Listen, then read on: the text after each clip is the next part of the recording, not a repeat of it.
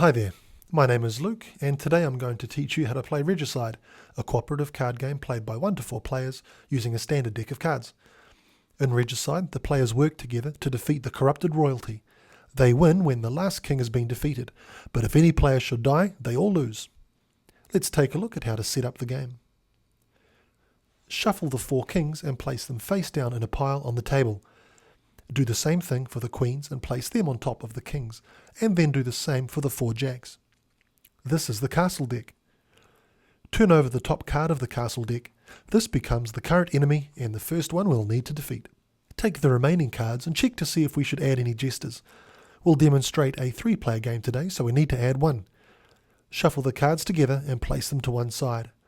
This is the Tavern Deck, where we deal and draw cards from.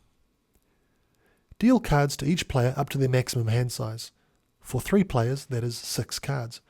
For today's example, we'll play with open hands, but in Regicide you are not allowed to talk about the cards in your hand. So let's start with player 1 here. On their turn, a player will play a card from their hand to deal damage to the current enemy in order to defeat it. The number of the card determines the attack value, while the suit provides a special power. Each turn has 4 steps. Step 1. Play a card from hand to attack the enemy. Here player 1 plays the 6 of clubs, which means it attacks for 6. Step 2 is to activate the suit power. Red suit powers are resolved in step 2, but black suit powers take effect in later steps. Clubs are your brutal warriors. In this case, the suit power of clubs is that it deals double damage, so instead of 6, this card will actually do 12. Step 3 is to deal damage to the enemy, then check if it's dead. Jacks have 20 health, so by dealing 12 we're over halfway, but he's not dead yet. In step 4, the enemy strikes back. The turn player has to suffer an attack from the enemy by discarding cards up to the value of its attack. In this case, the jack attacks player 1 for 10, so player 1 needs to discard cards with a total value of at least 10. In this case, an 8 and a 3 will cover it.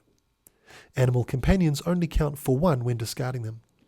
If a player cannot fully satisfy an attack from an enemy, that player dies and all players lose the game. Once step 4 is over, we move to the next player. Starting at step 1, player 2 plays a card, the 6 of spades. Spades are your shield-wielding paladins. Activating the suit power of spades in step 2 means that the enemy's attack is reduced by the attack value of our shields. This effect is ongoing and cumulative. So instead of hitting us back for 10 in step 4, player 2 only has to take a hit for 4. Next is step 3, where we deal damage and check to see if the enemy is defeated.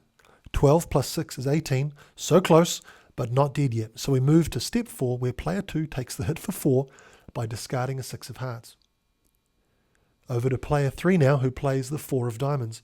In step 2, we activate the card's suit power. Diamonds are your masters of arcane knowledge. The power of diamonds is that it draws the player cards. The current player draws a card, then the other players follow in clockwise order until a number of cards have been drawn equal to the attack value played. So the players collectively draw 4 cards. Players may never draw over their maximum hand size, and players that have reached their maximum hand size are skipped. In step 3, when dealing damage and checking the enemy's health, we find that the players have now dealt 22 damage, which is enough to kill the enemy. All cards played go to the discard pile, along with the defeated enemy. Because the enemy is defeated, he can't hit us back, so we skip step 4. The action stays with player 3 though, and they now face the next enemy first, starting again in step 1.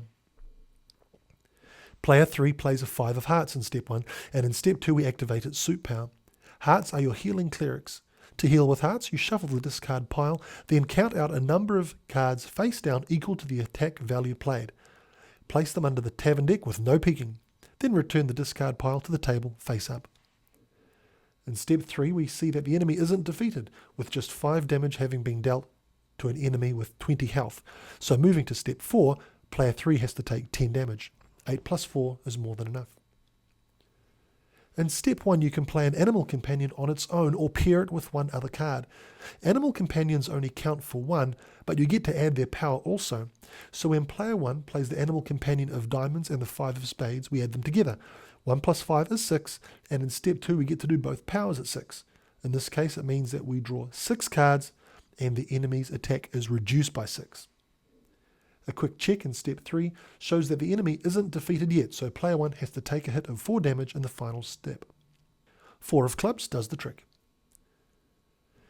Player 2 gets to play now, and this enemy only has 9 health remaining. Normally the 5 of clubs would hit for double damage and deal a fatal 10, but it's not quite that simple. You see, each enemy has a suit, and they are immune to powers of their own suit. Player 2 can still play the 5, but it will deal 5, not 10, which isn't great. Fortunately for player 2, they have another option. In step 1, cards can be comboed as pairs or sets, as long as the total of those cards add up to 10 or less. So you can play pairs of 5s or less, triple 3s and 2s, or even quad 2s if you get them all. In this case, player 2 is going to play 3 2s, and they work like the animal companions. They are totaled, and then all effects are resolved where possible. In step 2, player 2 gets to heal for 6 and shield for 6, but it doesn't deal double damage due to the immunity of the jack. On to step 3, and we see that the enemy is not yet defeated, only 3 to go, but the attack of the enemy has been fully neutralized thanks to the shield 6 of player 1 and the shield 6 of player 2, so in step 4, no damage is suffered by the player. Player 3 plays the 3 of diamonds for the kill. The players draw cards and the enemy is defeated, so they don't get a chance to strike back. Something important has happened though. The players managed to defeat the enemy with the exact damage by playing the 3 when the enemy had 3 health remaining. When an enemy is defeated by the exact amount, they place that enemy straight on top of the Tavern Deck instead of the discard pile. This is huge because the enemies in your hand count as a card of their suit at a value equal to their attack. So this jack works the same as a 10 of clubs. Queens count as 15 when you play them, and kings count as 20. The jack of spades is a nasty one, and he's immune to the power of shields, so playing the pair of 3s here isn't great. Player 3 has the Jester though, and in step 1, the Jester can be played on its own to cancel the immunity of the enemy. Not only that, but the player of the Jester skips the remaining steps so they don't have to suffer damage, and they choose who plays next. Players are not allowed to share the content of their hands, but they can express their desire or reluctance to go next. In this case, player 2 says that he is really keen to go next, so player 3 chooses him. Player 2 leads off with the animal companion of hearts and the 9 of spades. 9 plus 1 is 10, so 10 cards are healed and the enemy's attack is reduced by 10. The shield effect works against the jack of spades because its immunity was cancelled by the Jester. No damage to take here, and so player 3 plays the 10 of diamonds for a whole bunch of card draw and an exact damage kill. The jack of clubs makes short work of the next enemy. 10 at double damage is 20 for another exact damage kill. Player 3 leads off against the queen of diamonds. Queens are bad news because they have 30 health and hit back for 15. A pair of 3s is good here, shielding for 6 and dealing 12 damage. The hit from the queen for 15 is reduced by 6, so player 3 just has to satisfy 9 damage. An 8 and an animal companion of clubs for 1 is just enough. Player 1 plays the 10 of spades, fully blocking the enemy's attack. She's still alive though, so over to player 2. Player 2 plays the 7 of hearts and cards are healed. Only 1 to go now. Now player 3 has a card to play, but playing it would be terrible since the enemy would be killed and player 3 would then die to the next enemy. Fortunately, players are allowed to yield instead of playing a card. This means that you skip step 1, but you still have to take the hit in step 4. Fortunately, in this case, the enemy doesn't deal any damage, so the team lives to fight another day. All players are not allowed to yield consecutively. Player 1 finishes the queen using the 2 of diamonds. No cards are drawn due to immunity, but the queen is dead. Against the next queen, player 1 leads off with the 9 of diamonds, and things are starting to look a little more rosy for our brave adventurers.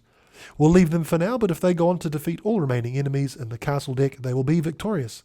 But remember, if a player cannot discard enough cards to satisfy the damage of an enemy, all players lose the game. I hope you have as much fun playing Regicide as we have.